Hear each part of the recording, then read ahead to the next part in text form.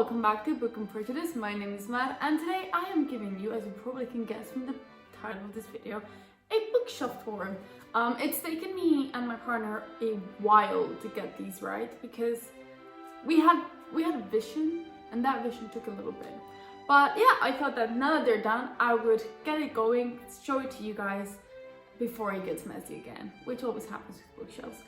Before we start the video, let me first explain how it is located. My bookshelves are at the end of the dining room, and at one point we toyed with the idea of bringing one of the couches here and turning this into like a little reading nook situation, but logistically it just didn't work out. This is where the dining table is as well, so the books and the table go together, and this is also not a very well lit place, so we thought that with the bookshelves and the sofas and everything, it would just look too crowded. And we thought, you know what, let's just put the bookshelves here. It's not that big of a trek, it's like maybe 3 steps. So it might not be the perfect reading nook, but it definitely turned out so much better than what we hoped it would. We bought 2 calyxes, which are the white ones. The black one came with the flat, so I don't know where it's from. These ones are from IKEA and I really like them. I think that they work super well. And the way we've organized our bookshelves is sort of like in a library-esque kind of situation. So they're separated by categories, so classics, non-fiction, YA fantasies, contemporary, thrillers, etc, etc. And then within that category, they're separated from A to Z on the author's last name or first last name if they're Spanish. So that's how we liked it, and then we created little tags where it says each section. So I'll show you guys that more. By the way, the tags are in Spanish, most of them, because you got the Spanish. And yeah, I thought that it would be really fun to kind of show you guys how we've organized them, pick and choose some books that I really like, that I think you might enjoy as well, and show you the new setup, because I'm so happy, because if you remember, in my old apartment in London, we didn't have much space for bookshelves, so we have so much more space, and there is active spots that we can put more books and more bookshelves if we want to. But yeah, let's get going with the video. I'm not sure how I'm gonna do it, but we're gonna try very hard. Okay, so starting from left to right, here at the top we have science fiction, and we have Hitchhiker's Guide. A lot of these are Greg's actually. I don't read much science fiction. This is my godfather's. I need to read it and return it to him ASAP. But that's just science fiction. As you can tell, and you'll probably notice this in more, we leave a lot of space so that if we were to buy more books within this category, we would have more space. Next to it, we have historical fiction. I love historical fiction. These are beautiful copies of The Binding and The Betrayals, which were gifted to me on my birthday. This is Philippa Gregory, Dark Tides. That's the second one. This first one, I haven't found a copy that I like secondhand yet, so I don't have it yet. And in this sense, in the rest of the bookshelves, no, but just in these 2 squares, the categories go down, not sideways. So if you move downwards, here we have, this one's fallen, but here we have my Philippa Gregory collection. There we go. My Philippa Gregory collection. I don't have all of them. Again, that's why there's so much space to them. And here, and this is something that I'm so excited to finally have, it's my ASAP to read. That book should actually be there as well, but it didn't fit. Most of these are mine, but this one's Greg's. And these are all books that are in my TBR that I want to read, that I've been saying I want to read, and I haven't read yet. So I just put them here for now. And that way I have easier access to them, if that makes sense. Going downwards, you get non-fiction books. So A Guide of London, some of the smaller books. A lot of these are are non-fiction, but they are not university style books, so we thought that would make more sense here. And here as well we have some more. This is a history book. This is like for my dissertation. This is a Donald Trump book. Here we have biographies and poems, so it's a bit random, but that's just the way that it worked the best. So Greg has a lot of biographies. Actually, that one is a memoir, so that one will go there at some point. And separated, I have this little Barcelona ball that my friend gave me one that's.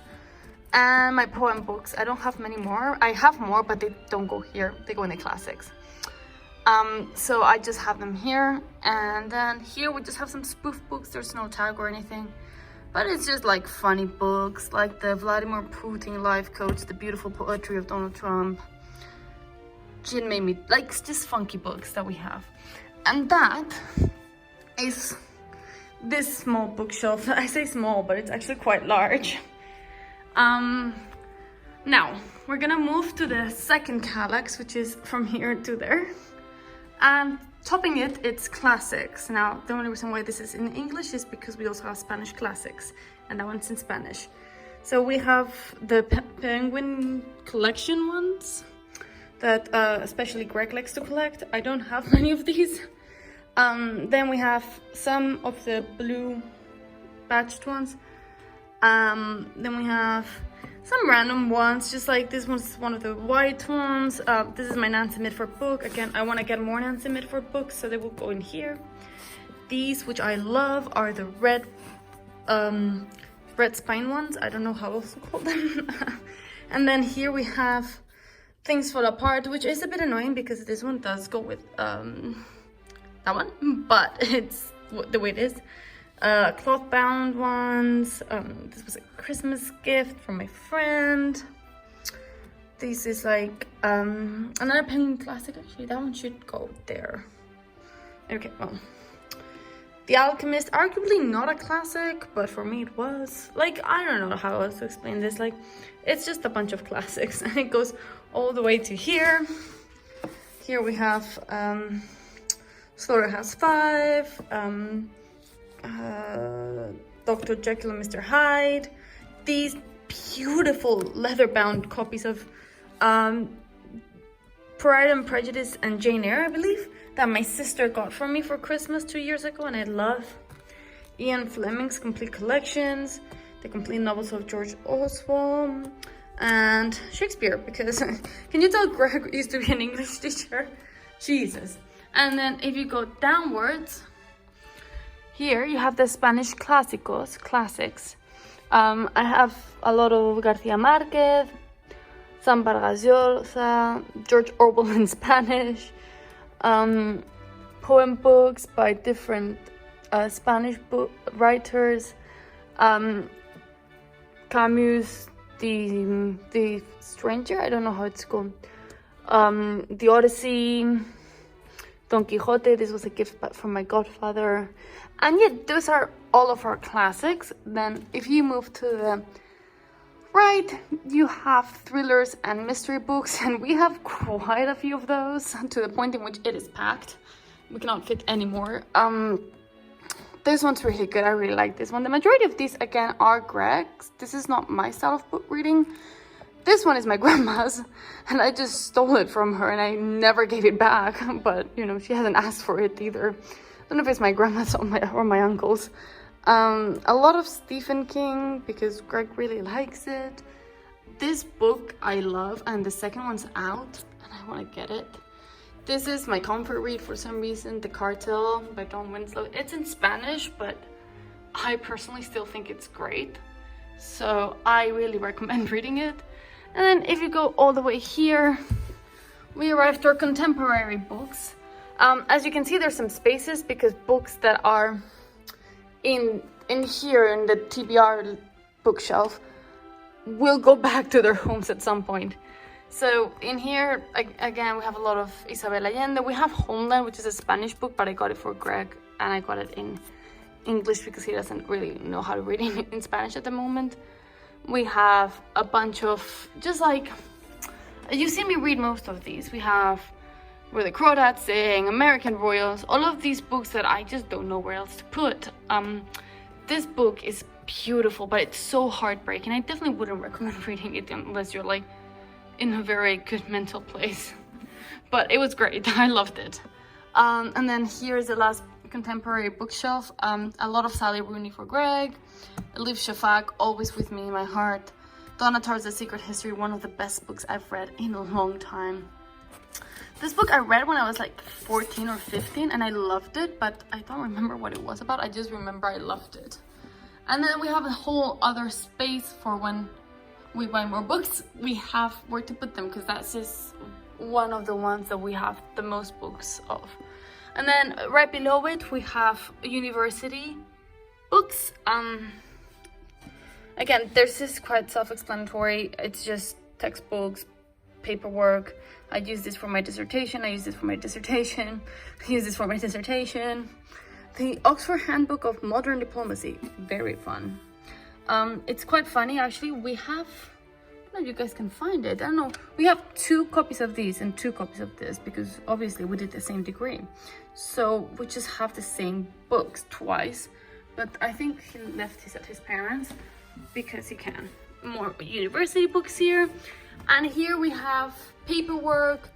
These are some photo albums that I have, some journals and paperwork where we keep just like general stuff that we might need from for like house, like our rental agreements and stuff. And then this is the last bookshelf. This is the black one. This is my fantasy bookshelf. I love the fact that these look so good. And I know that he's supposedly bringing out another one, but he's been taking so long that I have no hope. Here is just like some photos that I got for my birthday. And then here we go down. Again, this is all fantasy. The Power, fantastic book. The Passage is Greg's favorite trilogy. We have Inkheart by Cornelia Funk. Love this book, one of my favorite ones. The Moomins, which I don't particularly read it much anymore, but this was a gift from when I was like 7 or 8 from my uncle and aunt, and then this was a gift from my mother-in-law, so I just really like it. Before the Coffee Gets Cold, I got it for Greg. I haven't read it yet, but the cover is stunning and I really liked it. Some of my Sarah J Maas books, most of them are on my Kindle, but these 2 are stunning and I can't wait to get the second one of this because it's just gonna go there.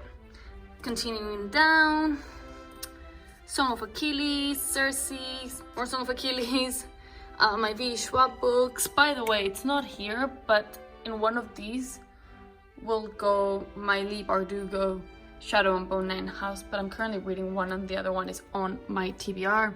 Let me just move this back very quickly. There we go. And then here we have French books and philosophy books. These are some of my most of my French books. Some others are in my Kindle, but these are the majority of them. And then this is philosophy. Again, you can tell that we are politics students because we have weird ass books. This was really interesting actually. This was a gift for my birthday.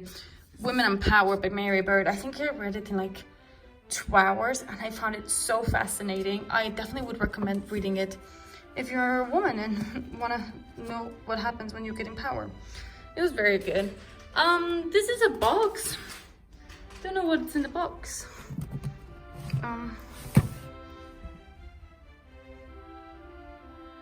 A router. We don't have Wi-Fi in the house at the moment, so I don't know why we have that there. But you know, it's a box. Again, this will be space for books if need be, but for now it is not necessary, so it's just like that. And lastly, here I have 2 full, well, 1 almost full and 1 empty bookshelves for my book club with my friends, the page turners. I like to keep them in order, so that's why these ones are not in ABC language, they're just by month. The book club for this month is the Midnight Library, which I chose. I'm very excited to go. But also it's really irritating because I have this one in a hardcover, so it's like towering over the rest of the books. And then I thought I would leave some space below because we do read quite a lot of books. And then non-bookish content, I also have quite a bit. So I have all of my journals in this line over here, as you can tell. Those are all of my journals. And then on top of here, we have our non-working router, which will be hopefully changed. Photos of my family. This was the first book I ever got. So it's very meaningful for me because that was my first book and it was gifted to me by my grandfather. So I really like it. This is a pot that I made and that I keep my bookmarks. This is a new bookmark that I got, where I got it for me, and I love it. This is a photo of me and my father. This is another book mark that I need to use, but I haven't used it yet and I don't want it to get scratched.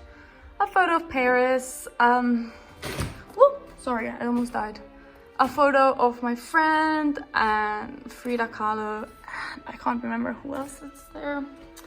A nativity, because you know why not. An M, which is hidden there, even though the G is very much prominent in the bookshelf.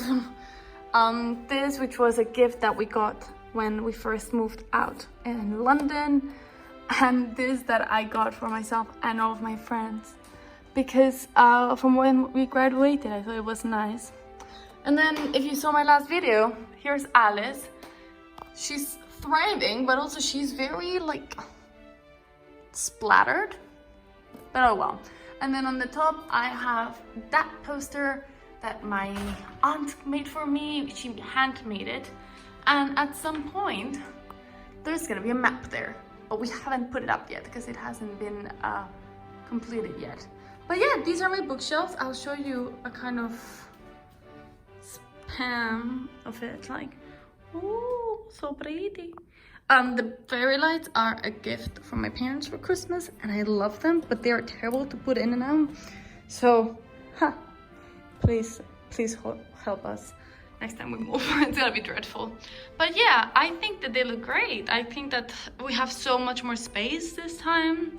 How lucky are we to be able to have so much space for books and to be able to utilize it. It's great. Okay, so these are my bookshelves. You've seen them all, and this is gonna be my regular filming spot unless I notice that the light just keeps getting worse and worse and worse as winter comes around. But thus far, that's good, so it works. We'll hope that it keeps working.